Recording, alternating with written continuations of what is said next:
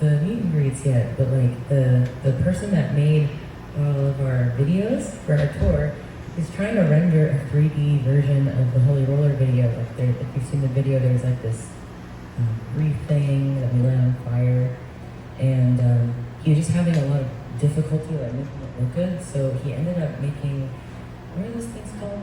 Like a diorama.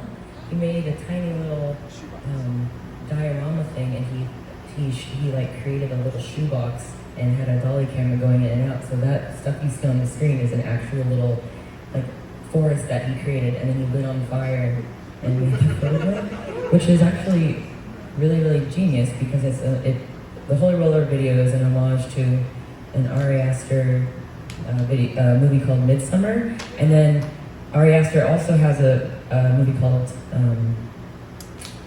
Hereditary, and the lady in Hereditary makes miniatures, so it's kind of like a wink, wink, wink to Ari Aster. And we just saw it in the new Ari Aster, the trailer for it. We were watching it, and there's a fucking Spiritbox poster in the trailer, like in the kids' room. So we were like, thanks whoever did that. Was there any more questions? Hey, what's up, Dean? Hey, what's going on, guys? Quick question. So, you guys added Josh to the mix, and I think he's added a lot more star power to the band. Whoa. Excuse me? So, what can we expect from him without spoiling too much for future stuff? Like, I'm a big fan of his too, songwriting-wise, vocal-wise, stuff like that. Thanks, man. Let Courtney answer that one.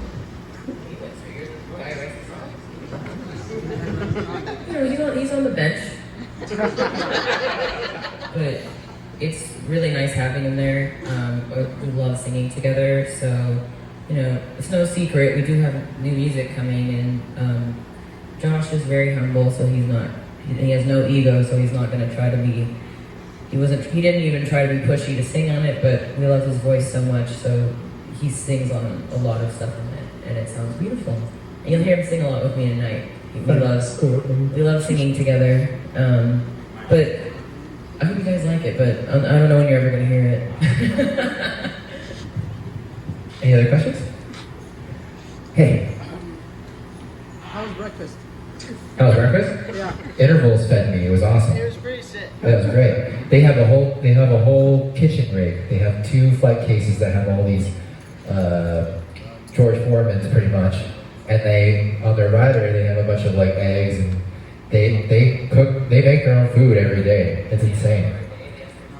They ask for like 30 eggs and like a bunch of bacon and stuff like that. And it's so smart, and they make their own bread too.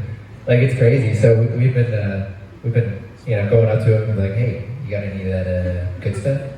And yeah, they've been feeding us, which has been amazing. So hey man, what's up?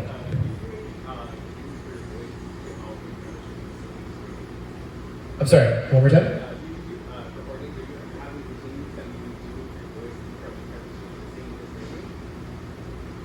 Yeah, there's little tricks that are kind of like exercises that I do, not on tour, but just in general, just to build up strength. It's kind of the same.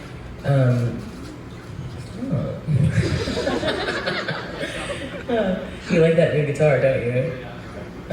But yeah, it's just kind of the same way where you might use vocal exercises to transition through your chest voice to your mix to your head voice, like going up and down. I call it like shifting gears.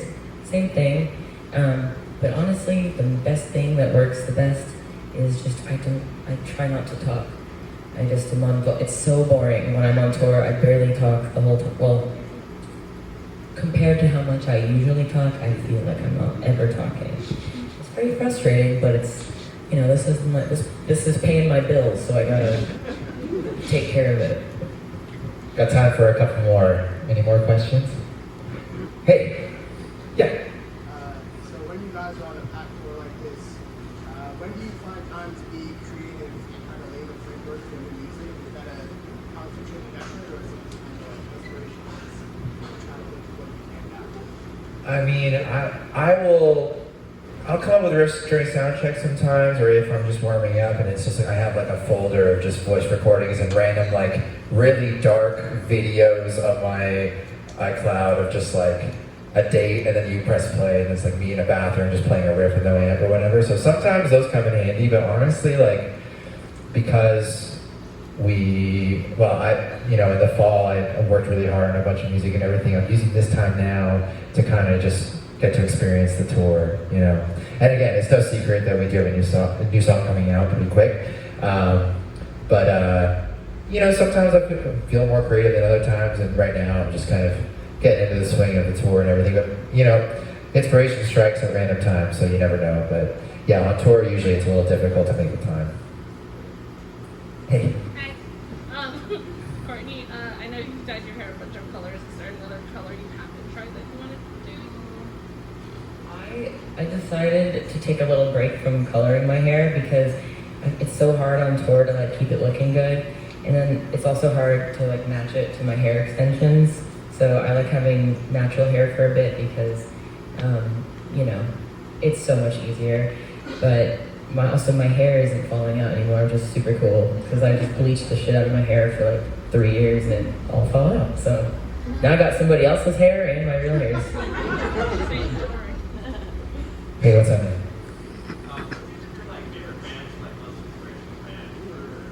Great question.